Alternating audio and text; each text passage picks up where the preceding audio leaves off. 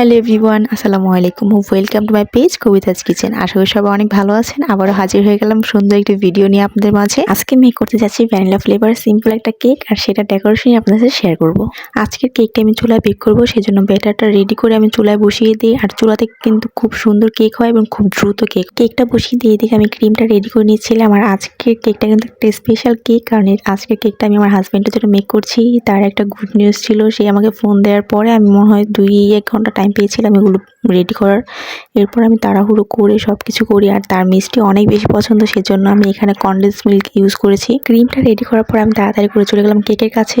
চুলা থেকে কেকটা নামিয়ে আমি গরম গরম অফ ক্যামেরাতে স্লাইস করে নিয়েছিলাম, কারণ আমি আগেই বলেছি যে আমার হাতে একদম সময় নেই। আমি 2 ঘন্টার মধ্যে যে কত কিছু করেছিলাম যা বলে বোঝানো হতো না, কারণ আমার হাজব্যান্ড 9:30টার মধ্যেই বাসায় চলে আসবে। আর ওইদিকে আমার পুডিং বানাতে হবে, ঘরটাকে একটু ডেকোরেশন করতে হবে, কারণ আমি তাকে ঘরোয়াভাবে একটু সারপ্রাইজ দিতে চেয়েছিলাম। আর সত্যি সে অনেক অবাক হয়ে যায়, সে এসে এরকম ভাবে দেখে সবকিছু। তার কোনো ধারণাই ছিল না যে আমি এরকম কোনো সারপ্রাইজ তাকে আমি দিব। সো সে অনেক অবাক হয়ে যায়। সো যাই হোক, এখানে আমি কথা বলতে বলতে কেকের উপরে মিল্ক সিরাপ দেওয়ার পরে আমি আরো কিছু কনডেন্স মিল্ক দিয়ে নিই। প্রত্যেকটা স্লাইসের মধ্যে আমি কনডেন্স মিল্ক দিই, কারণ আমি আগেই বলেছিলাম আমার হাজব্যান্ডের একটু সুইট পছন্দ। সো আমি তার টেস্ট অনুযায়ী দিচ্ছি, কারণ আমি তার টেস্টটা বুঝি। আপনারা যার যার টেস্ট অনুযায়ী দেওয়ার চেষ্টা করবেন। এটা বেশ কিছুদিন আগে করা একটা কেক, এটার পিকচার কিন্তু অলরেডি আরো অনেক দিন 10 থেকে 15 দিন আগেই আমি আপলোড করে দিয়েছিলাম। সো এটা অনেক আগের ভিডিও, এডিটিং এর জন্য এতদিন আপলোড করা হয়নি। এই কেকটি যদি অর্ডারের জন্য হতো তাহলে আমি কখনোই নিতাম না, কারণ তাড়াহুড়োর কাজ খুবই বাজে হয়। এই কেকটি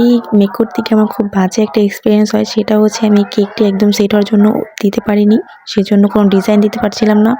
যদিও ভেবে রেখেছি কেকটি আমি একদম সিম্পলের মধ্যে করব, কোনো ডিজাইন দিব না। তারপর আমি একদম সিম্পলের মধ্যে স্পাইরাল ডিজাইনটাই দিতে পারছিলাম না, কারণ স্পাইরাল ডিজাইনটা দিতে হলে কিন্তু কেকটাকে সেট হতে দিতে হয়।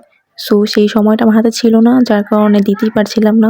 এটা আপনারা একটু পরে দেখতে পাবেন স্ক্রিনে। ওইদিকে আবার আমি চুলা থেকে পুডিংটাকে নামিয়ে গরম গরম ডিমোল্ড করতে গিয়ে ওটাকে ভেঙে ফেলি। সবকিছু মিলিয়ে সেই সময় খুব বাজে একটা সিচুয়েশন ক্রিয়েট হয়েছিল। যাই হোক, সমস্যা তো আসবেই, সেই সমস্যার সমাধান খোঁজাই এখন আমার একমাত্র লক্ষ্য। তো আমি ঠান্ডা মাথায় সবকিছু করার চেষ্টা করছিলাম, আর আলহামদুলিল্লাহ করতেও পেরেছিলাম সে আসার আগেই। আজকে ভিডিওতে ভয়েস ওভার দিতে আমার একদমই ইচ্ছা করছিল না, তারপরেও কিছু করার নেই। পেজে কোনো ভিডিও দেওয়া হচ্ছে না ঠিক মতো, যার কারণে আমার পেজটা একদম রিচ ডাউন করে গেছে, যার কারণে কোনো মতেই ভয়েস ওভারটা দিচ্ছিলাম। যাই হোক, কথা বলতে বলতে আপনারা এখানে দেখতেই পাচ্ছেন আমি কেকটাকে কোনো রকম একটু ফিনিশিং দেওয়ার পরে আমি একটা স্ক্রাবার দিয়ে এখানে একটু ডিজাইন করে নিচ্ছিলাম। এরপরে শুরু হয়ে যাবে আমার ধৈর্যের পরীক্ষা নেওয়া।